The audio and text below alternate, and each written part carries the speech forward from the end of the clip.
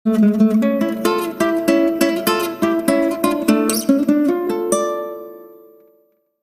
semuanya, selamat datang di Novel Time, selamat menikmati ceritanya, dan jangan lupa like, komen, dan subscribe. Baik, Jody berbalik untuk membawa Jeffrey dan Jody berdiri di persimpangan dan menyaksikan mobil Sandy pergi dan menghilang ekspresi mereka langsung lega.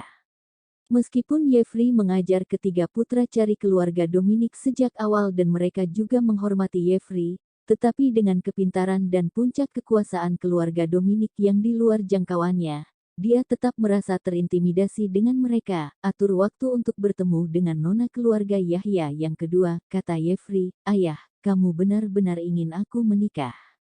Jody merasa cemas. Apa masalahnya? Kamu umur berapa sekarang? Kalau kamu tidak menikah, apa yang ingin kamu lakukan? Jeffrey bertanya dengan serius. Aku hanya ingin fokus pada karir. Aku tidak ingin menikah dan aku benci tinggal di rumah dengan wanita yang tidak aku sukai. Keluarga Yahya adalah keluarga yang terkenal. Tidak ada masalah untuk menikah. Aku ada masalah. Masalahmu itu bukan masalah. Jeffrey berkata dengan tegas, jangan berpikir aku belum melihat foto orang yang ada di ponselmu itu. Apa yang kamu pikirkan? Apakah menurutmu itu mungkin? Aku tahu itu tidak mungkin, dan aku tidak mengatakan apa-apa. Jody melihat ke kejauhan dengan kesedihan yang tersembunyi di matanya dan dengan kepahitan di hatinya, seperti anggur yang dia seduh tadi, cinta yang tidak bisa didapat. Aku tidak sabar menunggumu segera menikah. Menikah lebih awal dan mengakhiri pikiranmu terhadap wanita itu baik untukmu. Kamu harus menikah. Kalau begitu, kamu saja yang menikah.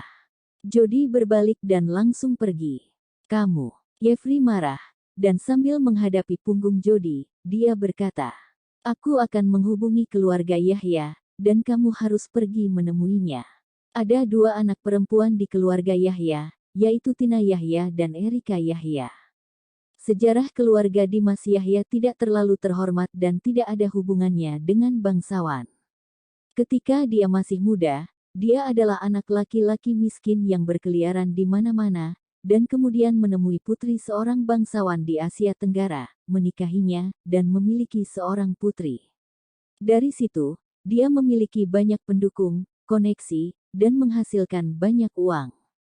Dimas Yahya sudah memperoleh status, tetapi dia tetap tidak pernah puas.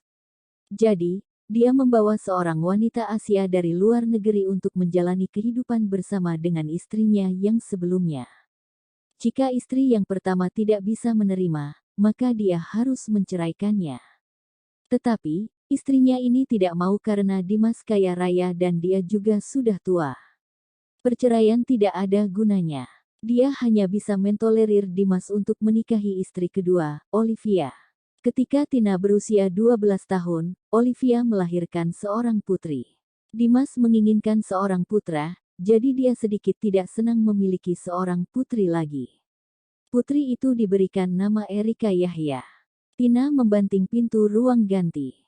Erika, yang sedang menyortir pakaian di dalamnya, terkejut.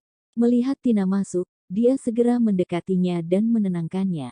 Kakak, kamu sudah kembali. Pakaiannya sudah dicuci. Ya, sudah dicuci dan dilipat.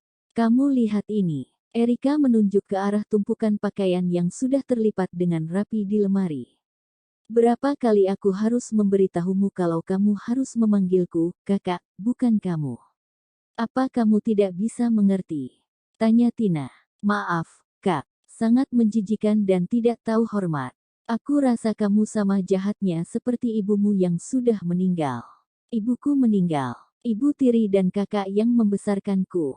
Di dalam hatiku, ayah dan kalian adalah kerabat yang paling penting, kata Erika. Kamu hanyalah seekor anjing yang dibesarkan oleh keluarga Yahya. Tidak, kamu sedikit lebih baik daripada anjing. Kamu bisa mencuci dan memasak. Tina mengejek, tapi, hari baikmu akan datang. Ingat keluarga Hermanto. Ingat, ayah ingin aku menikahi keluarga itu, kata Erika. Besok kamu pergi ke rumah Hermanto dan menemui Jody. Calon suami pasti ingin bertemu. Keangkuhan Tina terhadap Erika tidak pernah bisa ditahan. Pada saat itu, Aku akan menikah dengan keluarga Dominic, dan kamu akan menikah dengan budak keluarga Dominic. Erika sedikit teralihkan saat Tina berbicara. Tina tidak sabar dan dia menamparkan wajah Erika. Ah! Erika menutupi wajahnya, air mata mengalir deras. Semakin menyedihkan dirimu, kamu jadi semakin menyebalkan. Jika kamu tidak berani pergi, mari kita lihat bagaimana aku akan memperlakukanmu. Oke. Oh iya, toilet di kamarku kotor. Pergi dan bersihkan untukku. Aku sudah membersihkan kamar kakak. Erika melihat mata Tina yang galak, dan dengan terpaksa dia menundukkan kepalanya dan berkata, "Ya, aku akan segera pergi membersihkannya." Tina bersenandung dan pergi. Erika memandangi pakaian yang terlipat rapi di lemari. Ibunya tidak diperlakukan dengan baik ketika dia masih hidup, dan sekarang dia juga disiksa seperti itu, dari pagi hingga malam. Dia melihat kedua tangannya. Dia jelas baru berusia 20-an, tapi tangannya penuh dengan bekas luka. Dia menikahi Jody, dan kakak perempuannya menikahi Sandy. Dia tidak akan bisa lepas dari siksaan kakak perempuannya.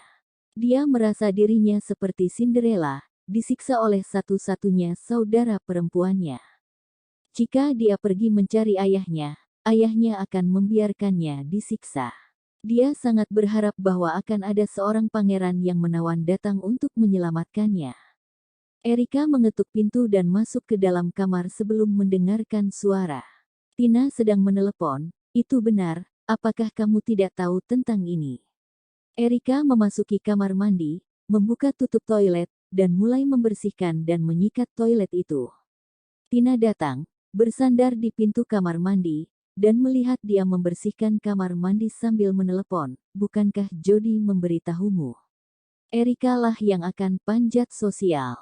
Kalau kamu bisa lihat, Erika itu tidak layak untuk Jody." Di telepon, Laras mendengarkan Tina berbicara tentang hal-hal yang tidak dia ketahui.